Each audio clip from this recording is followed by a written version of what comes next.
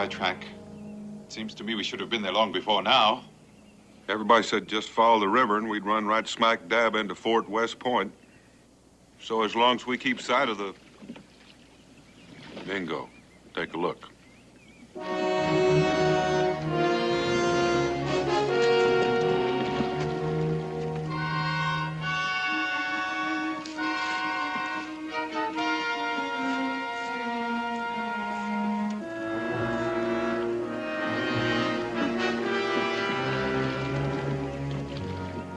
Maybe I misunderstood what we were told in Philadelphia, but I was under the impression that this territory was held by the Americans. You'll have no trouble getting from here to Fort West Point, gentlemen. There are no British soldiers on the west bank of the Hudson. I'm glad to know you heard the same thing I did, although it seems that someone might have been mistaken. It does seem that way. Captain, have your men bring the boats ashore and hide them. Establish your camp in that heavy growth of timber. Be on the alert for American patrols. If all goes well, I should be back by dawn. If I am delayed, maintain your position until I return. And if you don't return, sir? What could possibly detain me? Well, may I remind you, Major, if you're captured out of uniform, you'll be hanged outright as a spy. A remote possibility, since I'm traveling on a pass signed by the commandant at West Point.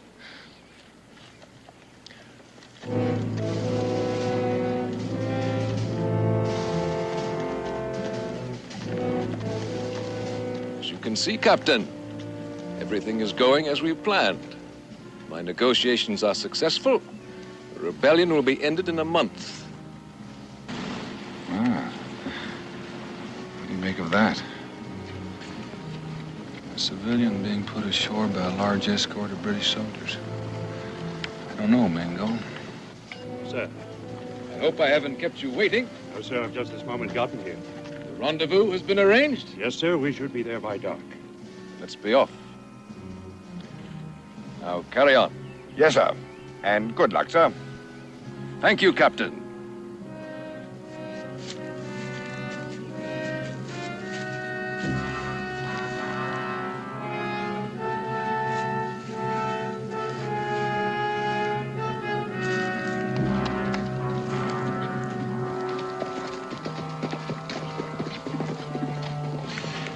I've got an idea that General Washington will be very interested to know about this.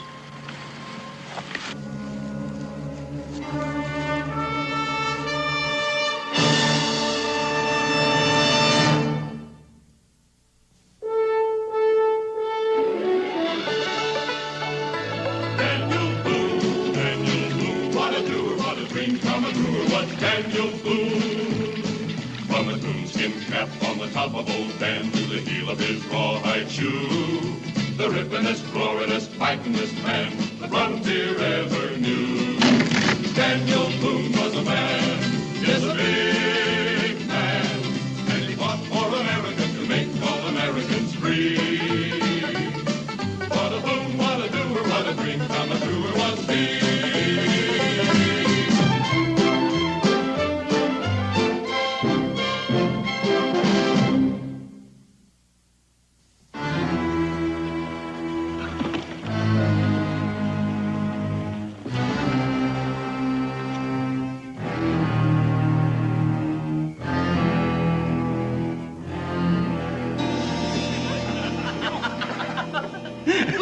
Hey, gentlemen, attention! Carry on, men. General, good evening to you, sir. Good evening, Ruby. I see the Rangers are engaged in one of their gentler pastimes. Yes, sir. There's a gentleman waiting for you in the back room, sir. Mr. Anderson. An old friend of mine. Fetch me a pitcher of hot rum, Roby. Yes, sir. And a pot of honey and a dish of butter for a flavoring. Ah, Roby, you know my weakness. Come on, Purvis, you got him now. Beat him down, slave boy.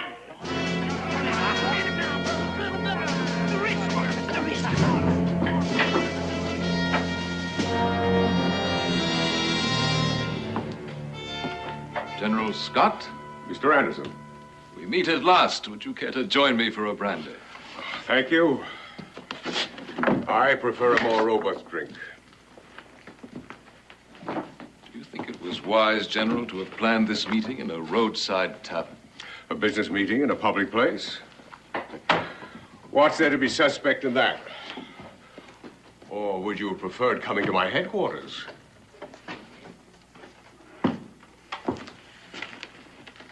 Ah, Roby. Thank you. Now, will you see to it that we're not disturbed? Yes, sir. And if there's something else you need, please let me know.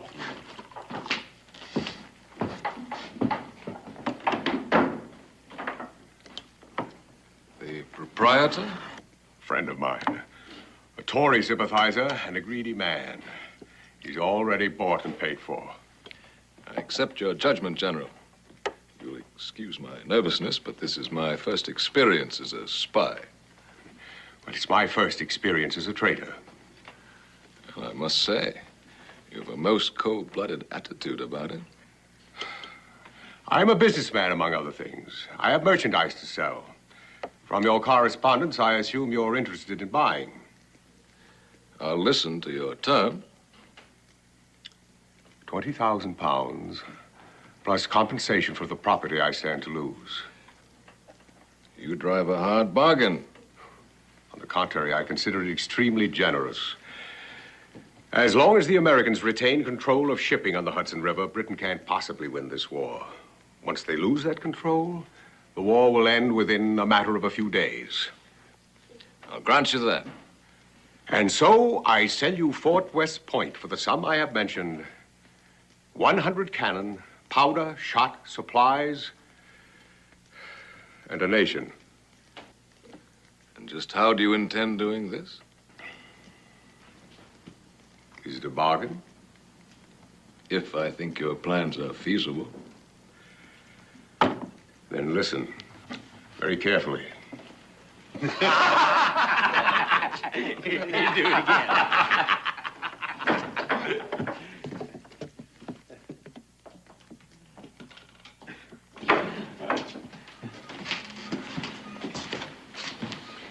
Well, I don't know about you, Mingo, but I'm ready for some good hot food and a little rest. Daniel, don't tell me you're growing tired of my cooking. I hate to tell you this, but you're possibly the worst cook in the world outside of myself. Good evening, gentlemen. Come, sit by the fire and warm yourselves. Well, now, would you look what just walked inside the door?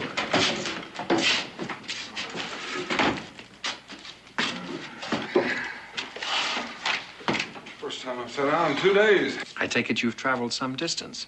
From Kentucky. A long way indeed. Now, what can I do for you, gentlemen? Well, for one thing, you can tell us how much further it is to Fort West Point. A little over 5 miles, but I'd advise against your traveling at night. There are thugs and highwaymen abroad, and if you're carrying anything of value... I don't think we've got anything of particular value, but we'd kind of like to keep what we've got. I think we'll stay overnight if you can provide us with lodging. As good as any in New York. $1 for the two of you for room and supper. Sounds fair enough. Perhaps you'd like a hot rum while I get the food. Like a hot run? That sounds good, too. Then make yourselves at home. I'll be with you in just a moment. Purvis, what are you fixing to do?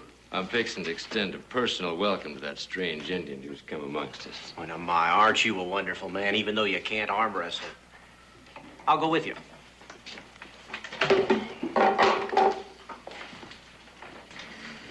Oh, what can we do for you? We got this rule that says any Indian comes in here has got to stand a round of drinks. Quaint local custom, I presume. Well, no. The fact is, I just now made it up. Well, why don't you just unmake it and go back over there and sit down with your friends? Mister, I can see you're going to try my patience.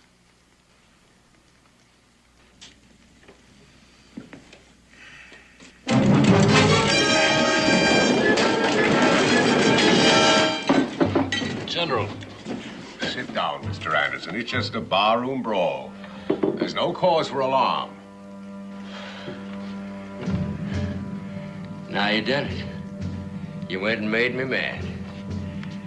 I got a feeling those two are downright unfriendly, Purvis.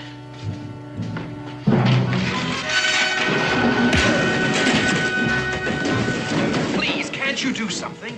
Now, landlord, don't you fret. They're just trying to decide who's going to buy the drinks.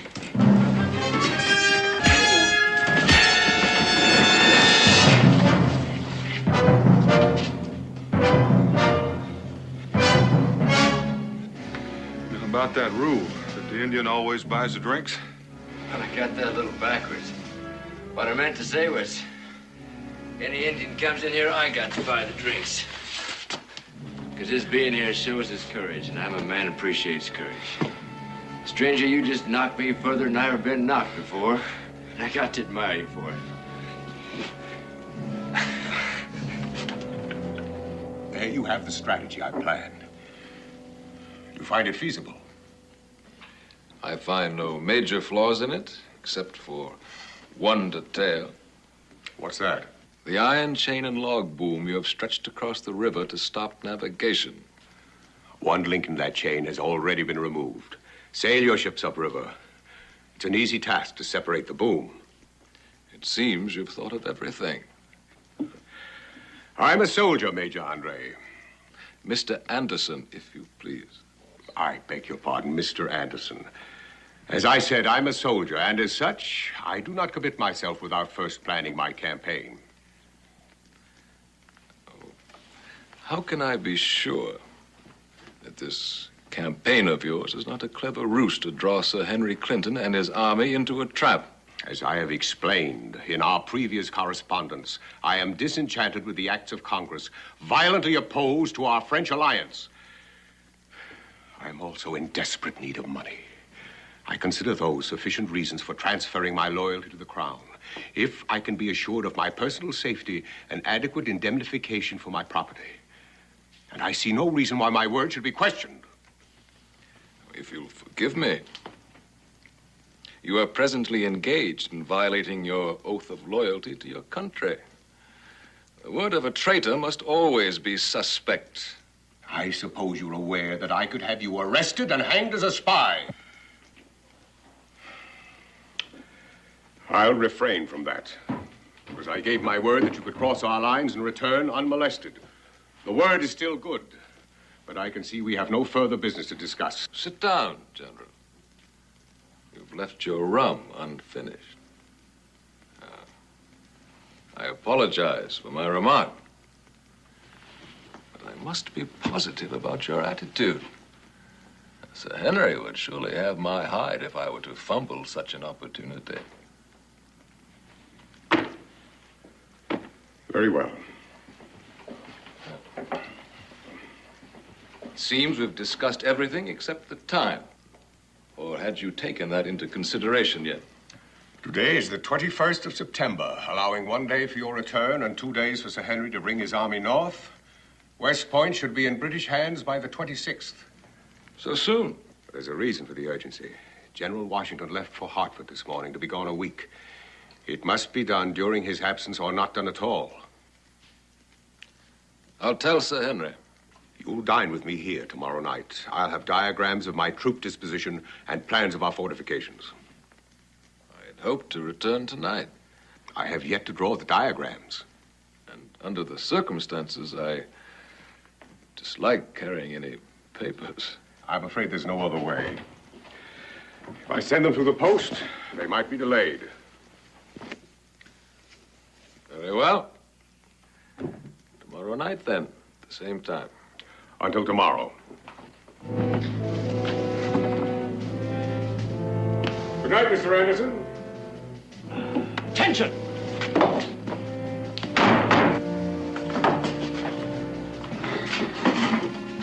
What's been going on here, landlord? Slight misunderstanding, sir, but it's all been taken care of now.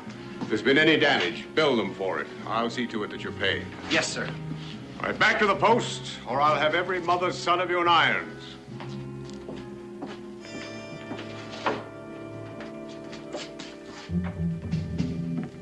Well, you heard the man. Let's go.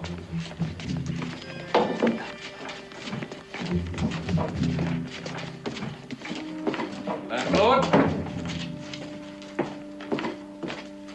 I find I'll be staying over after all. If you have a room available. Yes, sir. Right this way.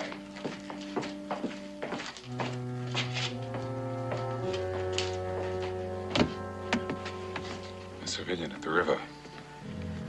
We didn't get a real close look at him, but that cape and those boots, there's no doubt that he's dressed the same. Coming ashore in a British boat for a private conference with the General of the Continental Army. Can you make anything of that? I could make quite a lot of that without stretching my imagination too far.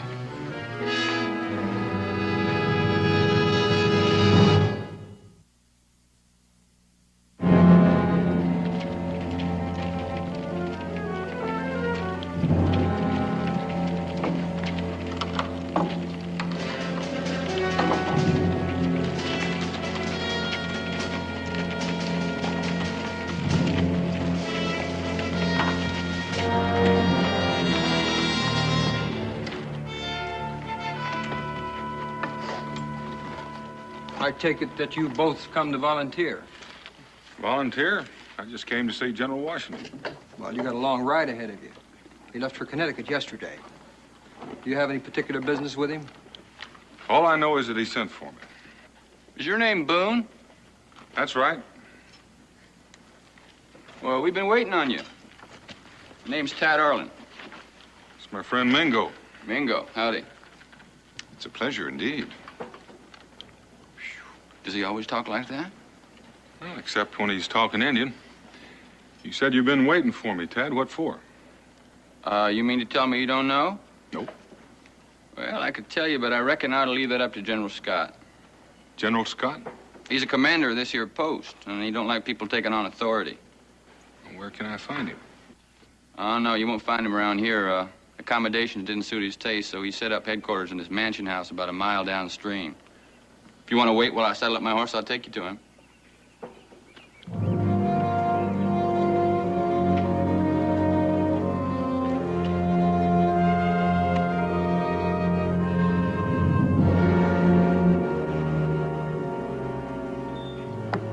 The British are presently involved in a major attempt to cut the colonies in two. We're informed that Major Guy Carlton, with 600 soldiers and 200 Indians, is advancing down the shores of Lake Champlain in the direction of Schenectady and Albany. Sir John Johnson, with 600 regulars, has been joined by Brant, with 600 Indians, at Unadilla. This force will sweep toward the frontiers at the headwaters of the Schoharie. Now, our troops in this area are numerically inadequate to cope with such an overwhelming force. And it is General Washington's intent to create a diversionary action to relieve the pressure. In order to do this, he hopes to form a company of volunteers, 150 strong, all woodsmen and experienced Indian fighters. Now, this force will move west along the Mohawk, destroying the Indian villages. You, Mr. Boone, have been selected as their captain. Are there any questions? When is all this supposed to get underway? Oh, as soon as the men can be assembled and equipped. How many men do you have today? Well, they've been straggling in by ones and twos. How many would you say, Sergeant? Oh, I'd say about 20, including myself, sir. I'm afraid the response has not been as enthusiastic as General Washington anticipated. It's quite possible that you made a long and arduous trip, all for nothing. At any rate, nothing can be done until the General returns. When is that? Hopefully, within a week. However, that depends on how things are progressing toward the east. And now, if there are no further questions... Oh, I almost forgot, General. Yes, Mr. Boone. Mingo and I saw some British soldiers coming ashore 10, 12 miles down the river. British troops on the west side of the river? I'll have it investigated, Mr. Boone. They had a civilian with them. Oh, that would explain it, then. Undoubtedly a mail courier. They're permitted to go back and forth under a flag of truce. You ought to know, General. You were with that man in that tavern down the road last night. Oh, you mean Mr. Anderson. A merchant from New York. I did business with him in Philadelphia. A merchant with a military escort.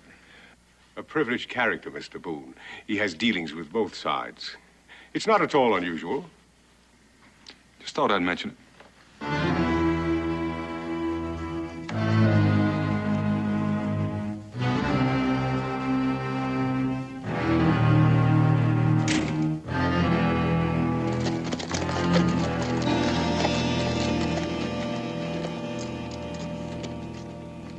Something wrong, Mingo? I've always thought of you as a sensible man, Daniel. That's very nice of you. But I'm beginning to change my opinion after that parting remark of yours. Was it really wise to blurt out everything you know? I just wanted to see what he would do. I hope you're satisfied. Reasonably so. What I'd really like to know is what kind of merchandise Mr. Anderson deals in. Hey, what are you two talking about? Maybe nothing at all. Since we're no big hurry to get back to Fort, why don't we stop off that little tavern down the road? I'll buy the drinks. Well, that sounds like a sensible idea. General George Washington in the Continental Congress.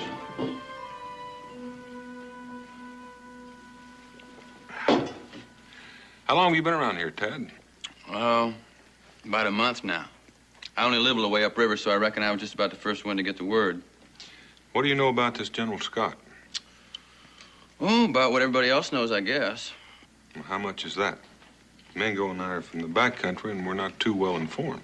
Well, folks say he's married to this girl from Philadelphia. Come from a real rich family. Couldn't get along on what a general gets paid, so... Starts to get more and more in debt. That's right.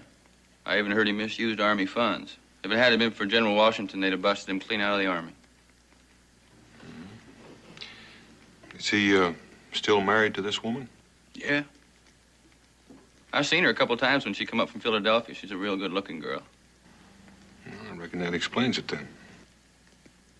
Explains what? Well, I was just wondering what it'd take for a man to start dealing with the British. General Scott? It's beginning to look that way. Well, I admit I don't care much for him, but I'd hate to believe that about him. You'd best begin to prepare yourself.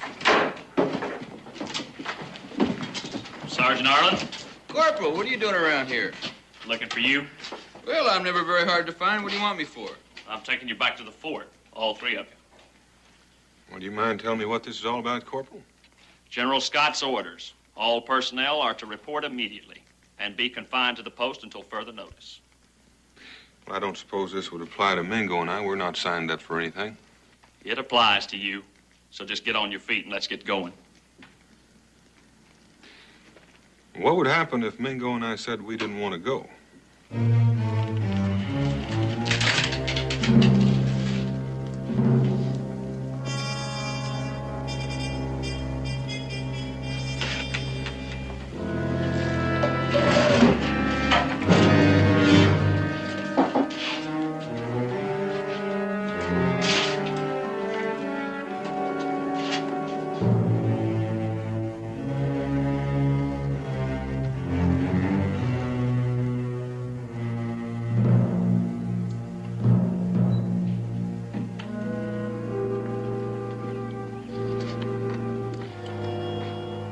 What are you thinking, Daniel? Thinking we've got to get out of here. You know why he's keeping us penned up in here, don't you? Maybe he didn't care too much for your topic of conversation back there. At least we found out what we had to know. How are we going to prove it? Well, not by standing here. What happens if it turns out that we were wrong after all? Well, we'd probably be heading back for Kentucky sooner than we thought, and probably a whole lot faster.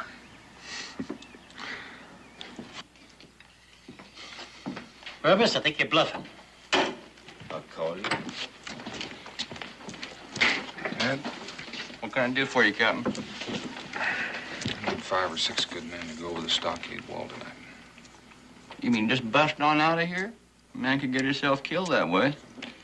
Unless he got caught. What 6 would you pick? Well, I'd pick me for one. And the other 5? I don't know. They're all pretty much alike. Say, any of you men want to get court-martialed? And then get shot to death? I'd prefer that to fighting Boone again. All right, Purvis. Anybody else? What are you aiming to do, Ted? We aim to get out of here come dark. If that's the case, why don't we all go? We need somebody to stay behind and cover for us. Well, you just keep on talking, Captain. What are you planning on doing once we get outside? Have any of you ever kidnapped a man?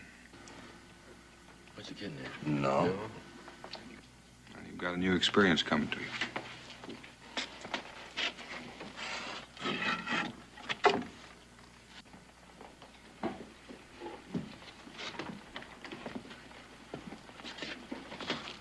Are you fixing on stealing the general? Not until I have proof of what I think. Right now, I'm fixing to take out after a Mr. Anderson.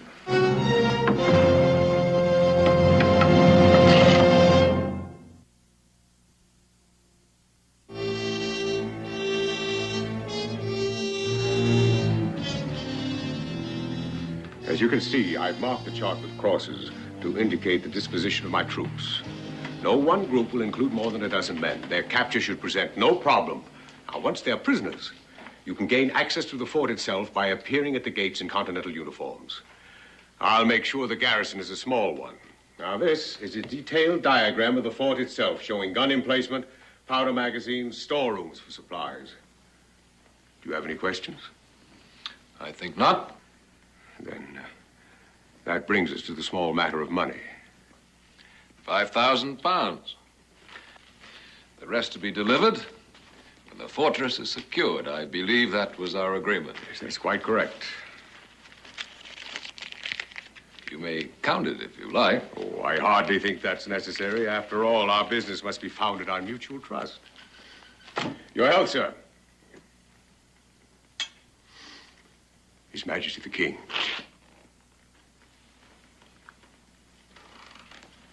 Now, if you'll excuse me, General, I'm anxious to be on my way. Oh, I suggest you hide those in your boot in case some highwayman tries to take your purse. They're quite damning evidence. For both of us, the handwriting happens to be yours. A gesture of good faith on my part.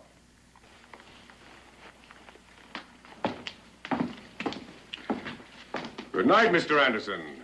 If all goes well, I'll see you on the 26th. Good night, General.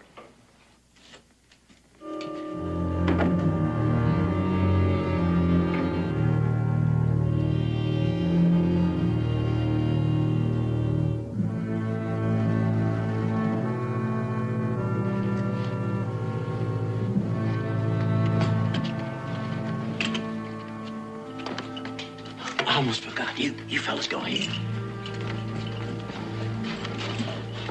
My money, I won fair and square, you know. It's a good game, too.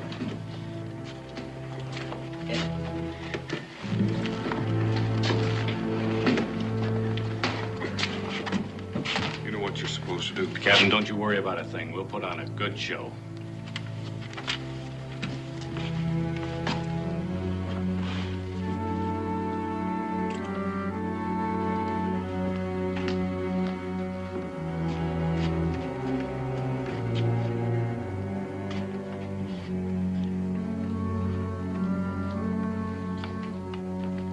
Now, who's gonna hit who? Just get lined up with that door. I'm gonna give you the first lick, because I figure I can whip you anyhow.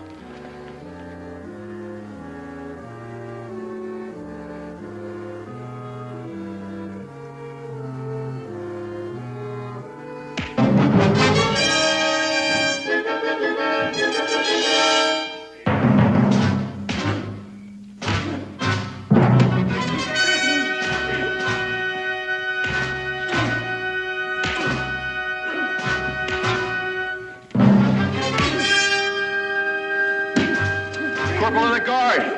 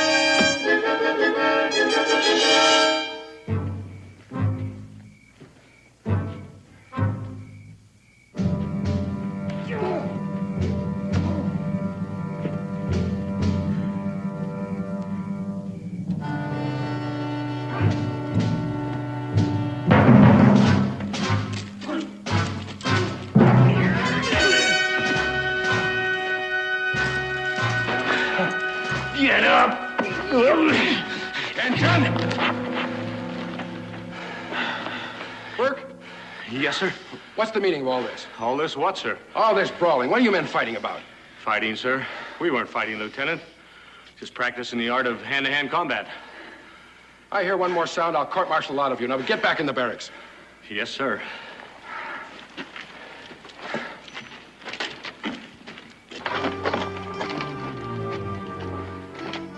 Are we all here? All present and accounted for. Sounds like the war inside's over. We better hightail it to those trees before the sentries take their post. Captain, just one thing bothers me. What's that? How do we get back in? Well, if I'm right, we'll walk in through that gate. But if I'm wrong, you better head for the hills because that's where I'm headed.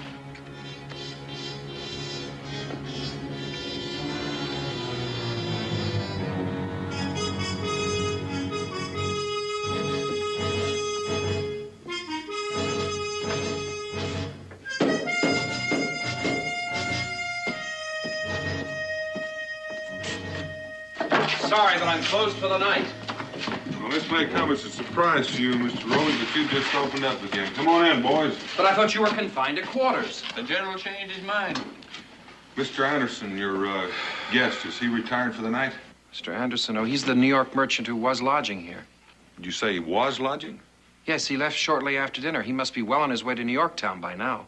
Well, Captain, you tried, but I reckon we're a little late. There's a chance those British boats won't leave until morning. British boats? On the west shore of the Hudson? Well, the general should be informed of this. The general already knows, Mr. Roby. Do you have any horses? I have two, but they're both sorry mounts. Purvis, you and Tatum saddle the horses. Mingo, you'll ride with me. Noble, you and Slade keep an eye on Mr. Roby. He may not be mixed up in this, but we can't afford to take the chance. The rest of you can follow me on foot. Captain, you know it's 5 or 6 miles to Teller's Point. Now, that's a long way to walk. Wait a minute. I got an idea. There's a farmer living down the road with a wagon and a team. Now, that'd get us there a lot faster, wouldn't it? Do you think he'd lend them to you at this hour of the night? Well, Mingo, I was figuring he could be persuaded. Let's go.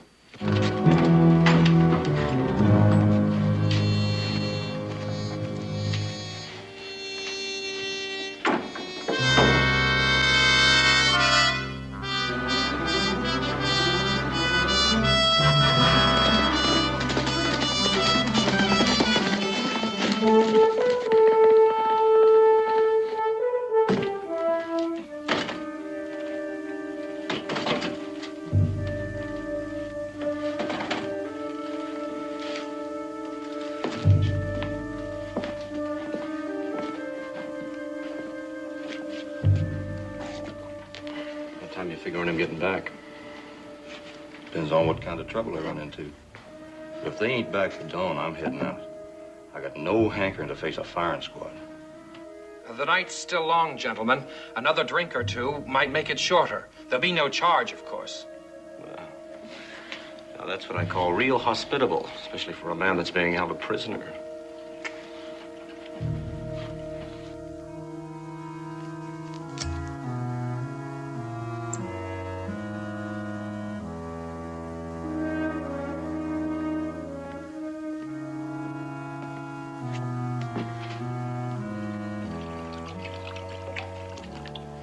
Here, I'll take that. Drink up, gentlemen.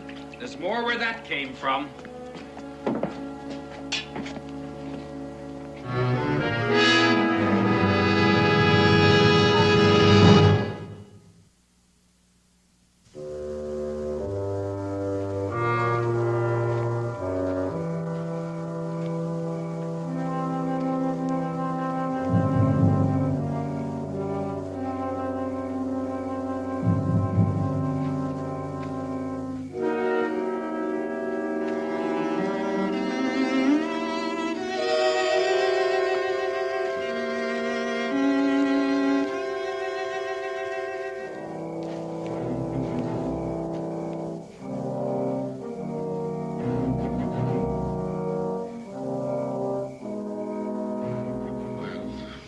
At least we know where he is. Now all we have to do is figure out a way to abduct him.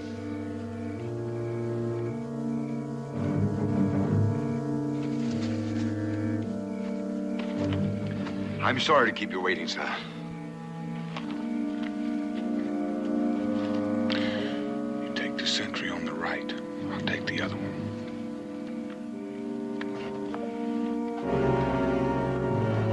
excuse my dress, Major, but it's rather late. I'd given up all hope you'd be here tonight. I stayed off the highway to avoid the possibility of being robbed.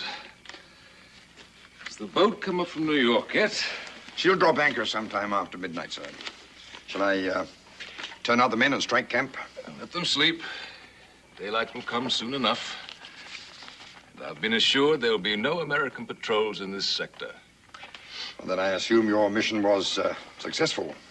Beyond my expectations. I have here a transfer of title to Fort West Point to be effective on the 26th.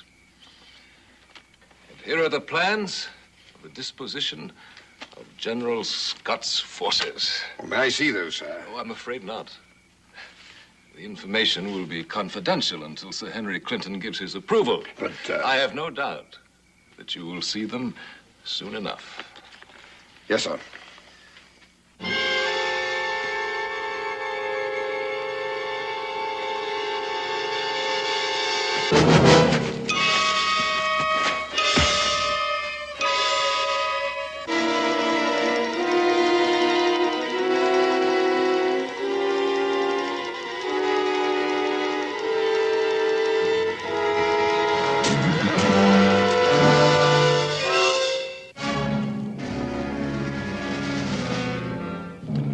Are you sure General Scott can be trusted to carry out his end of the bargain? The handwriting is his warranty. And if he fails, I'll see the plans fall into the proper hands, and he'll be hanged for treason. Yes, of course. Well, if you'll excuse me, Major, I'll try and get some sleep. A capital idea.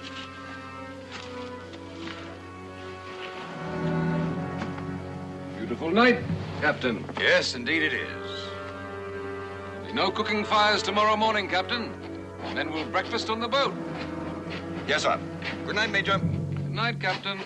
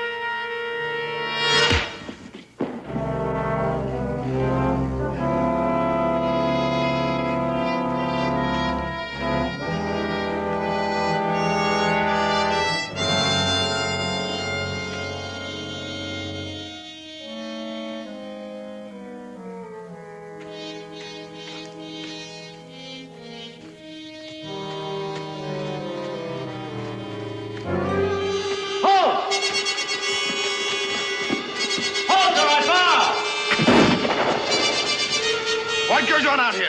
Captain, over here! God!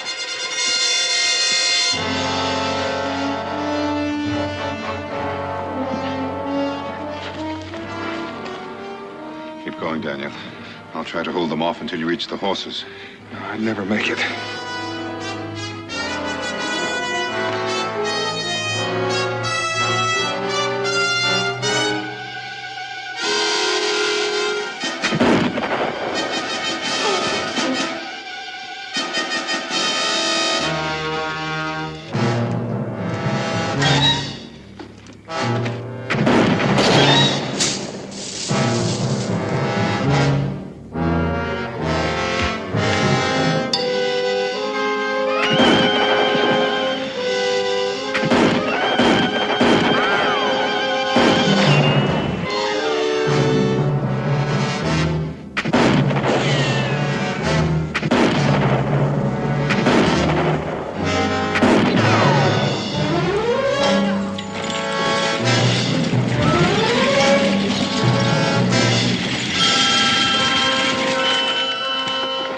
Judging from the sound of things, they didn't wait.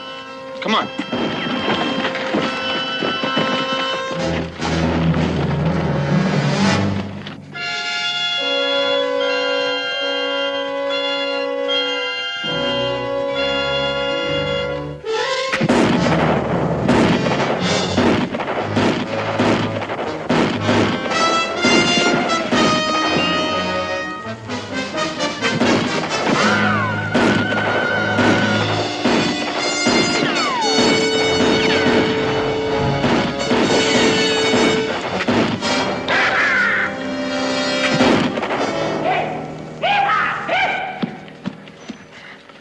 You all right? Yeah. Well, the reinforcements arrived in time. Captain, you went and did it, didn't you? Ain't he a prize? I don't think they'll come at us anymore. When they find him gone, they might change their mind. Let's get out of here. Gentlemen, it looks like you're going to have to carry Mr. Anderson.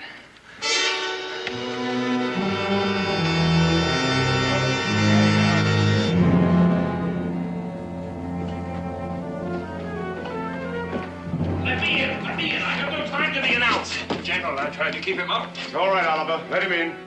Yes. No, Roby, will you please explain this unwarranted intrusion? You were told never to come here. Your pardon, sir, but this couldn't wait. They know. Who knows what? The Rangers, sir. They found out about you. They've gone after Mr. Anderson. Oh, confounded man, that's impossible. I made sure they were all restricted to the post.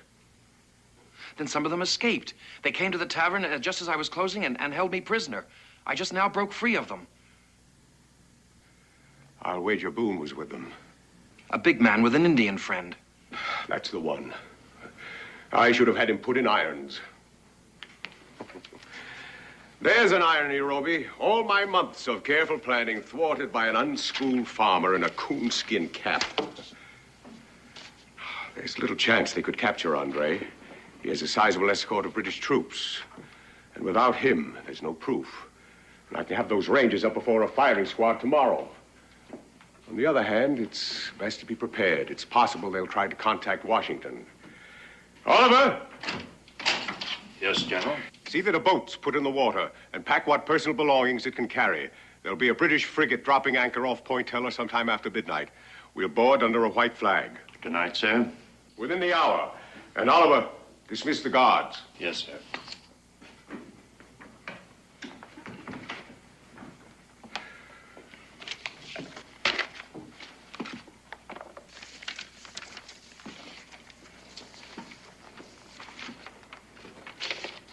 General? Yes, Roby.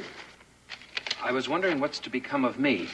I dare not return to my tavern. My coming here to warn you proves my guilt. Unfortunately, Roby, that can be a consequence when you start to dabble in intrigue. But you could take me with you. That was not part of our bargain. And I doubt if the British could find any use for your peculiar talents. Then I'll take my money on a horse. The Rangers borrowed mine. Money, Roby? What money? That's the penalty for failure. It seems that none of us will benefit financially. You're welcome to the horse.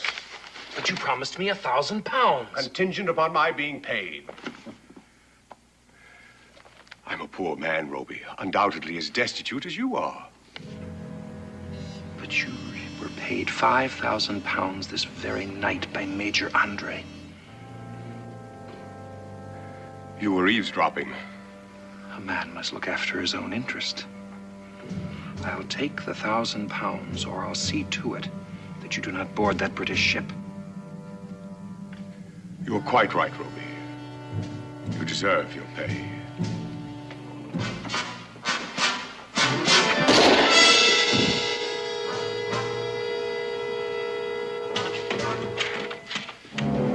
Dead?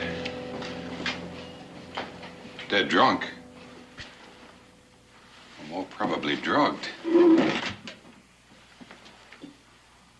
Seems we underestimated Mr. Roby. This is an outrage, sir. I am a civilian, traveling with written permission from General Scott.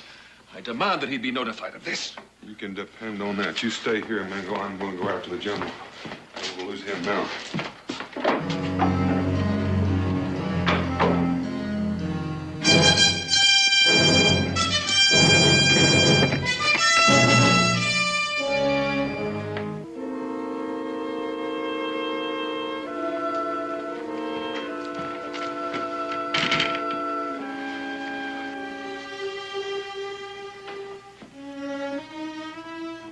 Who did this to you? General. Where is he now? Boat. British. Waiting.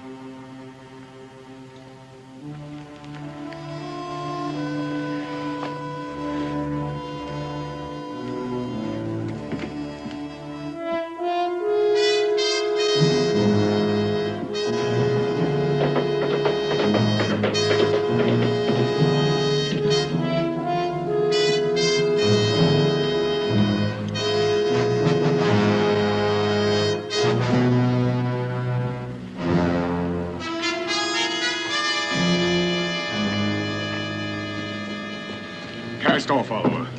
I'm afraid our time is growing short.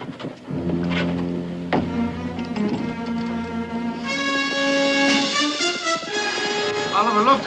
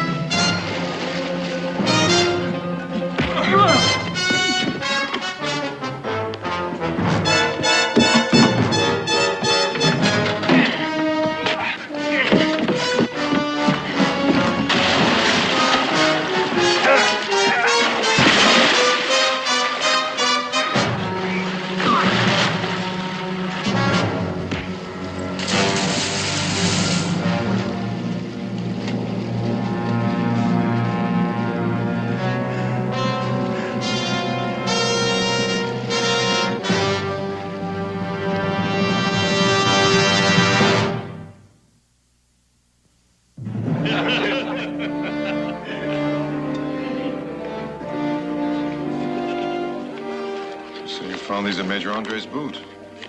Documents selling the nation. The handwriting matches that on Major Andre's pass. Signed by the general. As if we needed any further proof. Daniel, this has been a most important evening. I reckon so. But somehow I don't find much satisfaction in it. I think I understand. Treason has a bitter taste about it. It's a pity Roby's no longer alive. He made a most superior hot rum punch. I consider that remark in rather poor taste, General. Fortunes of war. Eat and drink. For tomorrow we die. Your health, Major.